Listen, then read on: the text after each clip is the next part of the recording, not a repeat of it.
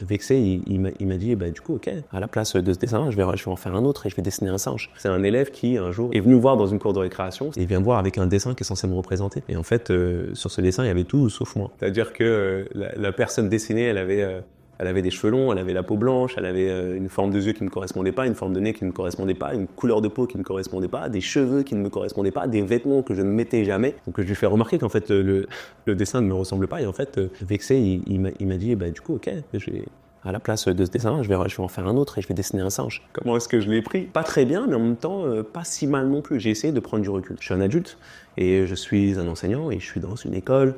J'ai toute la latitude nécessaire et j'ai tout le pouvoir dans cet espace de faire ce que je voudrais. J'ai le droit de me fâcher si jamais. Mais en fait, pourquoi ?